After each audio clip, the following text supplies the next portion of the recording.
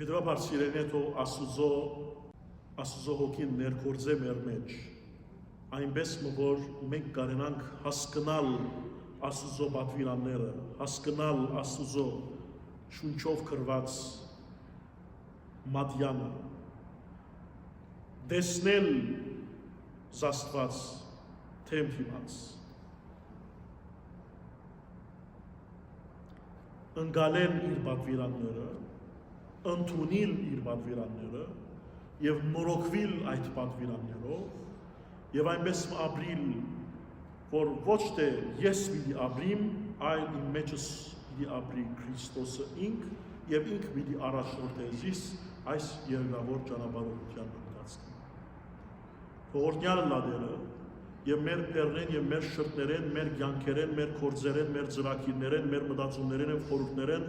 անպակասը լան Աստծո քոհապանությունը, ապրինք որպես Աստծո քոհացողներ, խորհենք, խորհրդածենք, մտածենք որպես Աստծո շնորհակալ մարդիկ և այդպիսով մեր այս բարի պատերազմը մղենք մինչև վերջին րոպե, մինչև Աստծո թագավորության հաստատումը ավելանալը։ Ամեն։